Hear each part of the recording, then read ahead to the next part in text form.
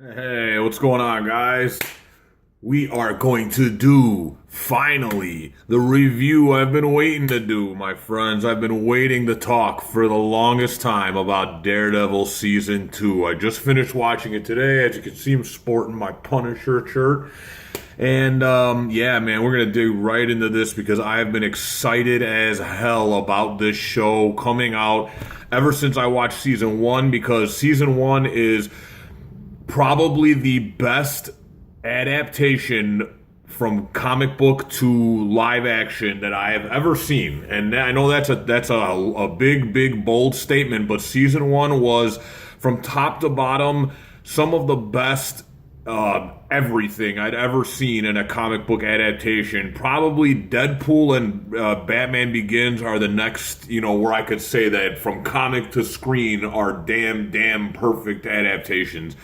For those of you that don't know, Daredevil is my second favorite superhero after Batman of all time. I love the character of Daredevil. I mean, I think he totally embodies like that fighter spirit, and it's only natural. He's a son of a boxer. But yeah, man, he's got that gritty, never stop kind of philosophy that's the whole one more round thing, right? And yeah, man. So anyway, Daredevil season 2 was a freaking A+ across the board. Season 1, I'm sorry.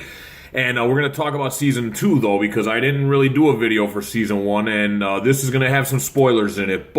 And that's your spoiler for the spoiler. So if you don't watch it yet, or you're in the middle of watching it, turn this off. Don't finish it. So Daredevil season 2. Overall, it is not an A+. It's an A. It's got its E's, but it's freaking fantastic. Where do I even begin? I mean, Charlie Cox as Matt Murdock is one of the best portrayals of a character from the comic books ever. Every actor that's in this series is top notch. They all came to play. Karen Page, the actress that plays her, man, is she phenomenal. And especially in this season, she shines, man. She really has some great scenes. But, man, John Bernthal as the Punisher might be the most perfect casting of all time.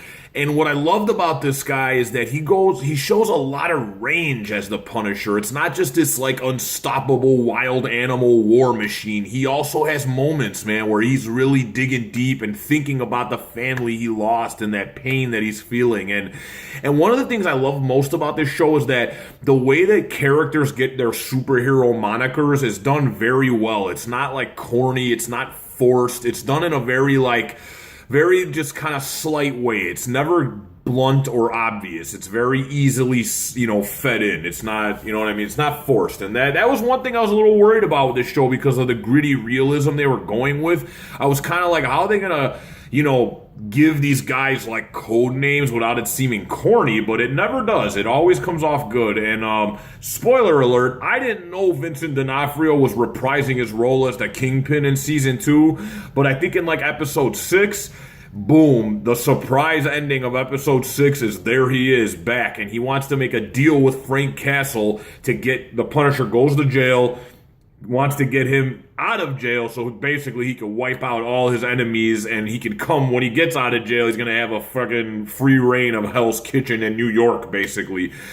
Speaking of him, the best all across the board, hands down, Marvel villain in the MCU right now is Vincent D'Onofrio as the Kingpin. And I know a lot of you are probably going to say, what about Loki?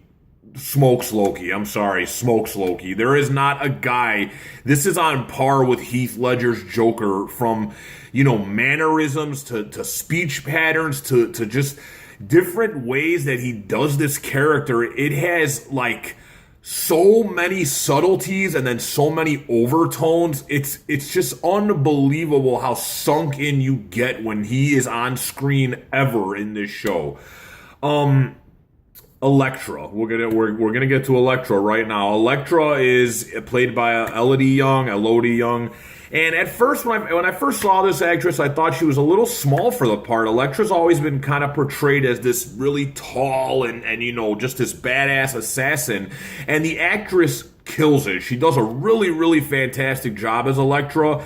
I just feel like, if you're a diehard Elektra and Daredevil fan, there's things that there's liberties they take with her storyline that are probably going to make you mad. They didn't really make me that mad. I just feel like it was handled in a way that maybe could have been better. I think that, and especially, it was just a little bit hard for me to believe that this little petite chick was beating up ninjas left and right. But it's just easier for me to believe it if she's kind of taller and a little bit more built, and it makes a little bit more sense. She's very small, and it's a little tough to wrap your head around that, but her portrayal of Elektra is freaking amazing. And like I said, there's not an actor on this show that sucks. They're just all freaking fantastic. The show is, listen, we're talking comic book to on-screen adaptation. And I'm a fan of Arrow and the Flash. It smokes it by far, and probably because it has more leeway being a Netflix show, but it's just the action in this show, the action, the fight scenes, the choreography. And speaking of that, I didn't think they could top the hallway fight scene they did in Daredevil Season 1. I'm talking about I'm watching a fight scene and progressively just like, can't believe what I'm seeing. It's a stairway fight scene where they are basically just fighting. Daredevil's fighting bad guys down a stairwell. And it is, if I had to rate best fight scenes of all time, it's got to be in the top 10. And I'm not just saying that. It was so cool, so innovative, and they actually managed to top themselves from the hallway fight scene that's now legendary from Season 1. Aside from that, everything I love about this season is the same stuff that I loved about Season 1. The gritty tone, the realism, the dialogue. Whoever's writing this show, man, hats off to you, dude. Or the team, whoever it is.